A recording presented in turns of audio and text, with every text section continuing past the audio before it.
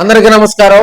Pulivendula Vontimitta ZPTC ఎన్నికల్లో మరి Telugu Desam party విజయడంకా మోగించనుంది. ఇప్పటికే ఆయా పార్టీల్లో మరి విజయ అవకాశాలు ఎక్కువగా ఉన్నాయని కూడా మనం తెలియజేసుకోవచ్చు. ఉదయం నుంచి ప్రారంభమైనటువంటి కౌంటింగ్, ఎందుకంటే గతంలో మనం చూసినట్లయితే మనకి ఈవీఎంల కౌంటింగ్ ఉండేవి. జడ్పీటీసీ, సర్పంచ్, ఎంపీటీసీ ఎన్నికలకు మాత్రం మనం బ్యాలెట్ నే ఉపయోగిస్తున్నటువంటి సందర్భాలు చూస్తా ఉన్నాం.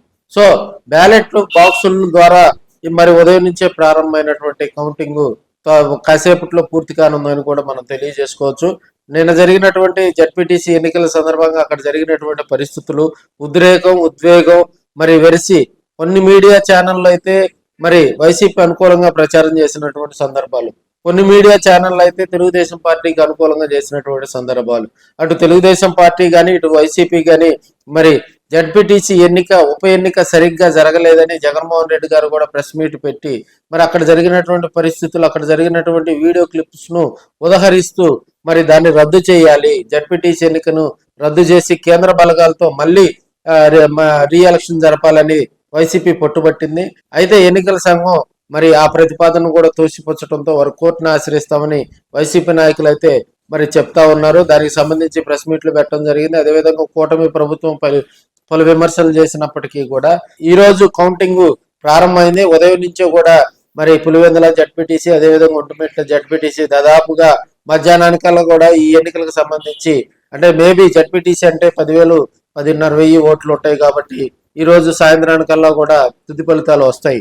ఎందుకంటే ఇప్పటికే ఒక స్పష్టమైన ఆదేశం, వైసీపీ ఫస్ట్ నుంచి కూడా ఎన్నికల్లో రిగ్గింగ్ జరిగిందని వైసీపీ నాయకులు ఆరోపిస్తా ఉన్నారు. తెలుగుదేశం పార్టీ నాయకులు మాత్రం పారదర్శకంగా ఎన్నికలు జరిగాయి, ఓటర్లు స్వచ్ఛందంగా ఓటు హక్కు వినియోగించుకున్నారని మరోవైపు వారు చెప్తా ఉన్నారు.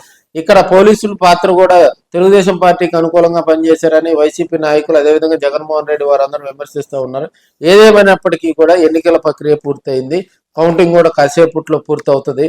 సో ఇప్పుడున్న పరిస్థితులు కూడా ఒంటిమిట్ట జడ్పీటీసీ గతంలో వైసీపీ గెలిచింది, ప్రస్తుతం జరిగినటువంటి ఉప ఎన్నికల్లో తెలుగుదేశం పార్టీ గెలుస్తుంది అని చెప్పడంలో ఎలాంటి సందేహం లేదని కూడా మనం తెలియజేసుకోవచ్చు. మెజార్టీ ఎంత వస్తుంది అనేది కూడా మరి కాసేపట్లో దానికి సంబంధించినటువంటి క్లారిటీ కూడా వచ్చే అవకాశాలు ఉన్నాయి. పులివెందుల ఒంటిమిట్ట జడ్పీటీసీ ఎన్నికల్లో మరి బాగా వేసినటువంటి తెలుగుదేశం పార్టీ రాబోయే రోజులు ఆయా ప్రాంతాల్లో కూడా అభివృద్ధి కార్యక్రమాలు చేయాలని మరి ప్రజలు ఆశపడతా ఉన్నారు. అయితే ఈ ఎన్నికల్లో ప్రతిష్టాత్మకంగా పారదర్శకంగా జరిగితే వైసీపీయే గెలిచే అవకాశాలు ఉన్నాయని మరి వైసీపీ నాయకులు చెప్తా ఉన్నారు.